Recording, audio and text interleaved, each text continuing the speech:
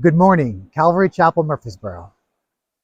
Today I want to look a little more closely at something I mentioned earlier, the concept of all authority given to Jesus. Well, who gave Jesus this authority? You remember when Jesus was being tempted, Satan told him that he had the authority. Was Satan just lying? I mean, of course he's a liar, so that's very possible. But I don't think that's actually true. I think Satan did have a measure of authority.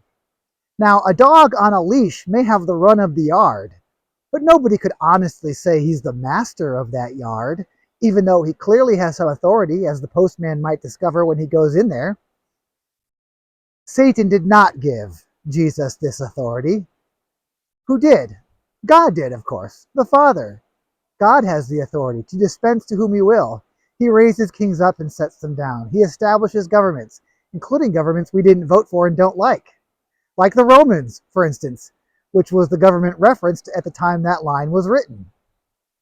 The point here is that authority is God's, so we should respect and honor and glorify it, first of all, and secondly, when things happen in our lives, I think it is key to our Christian walk and our stability in our faith to understand that all things work together for good for those that love the Lord and are called according to his purpose, i.e. Christians.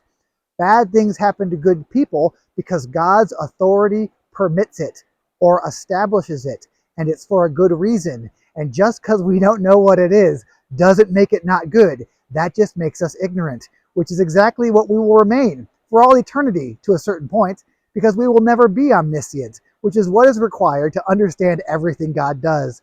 And striving for omniscience is blasphemous and idolatrous. So the point is, rest comfortably, knowing that the Lord is in charge and that all things are going to work for the good of his people. God bless. See you next week.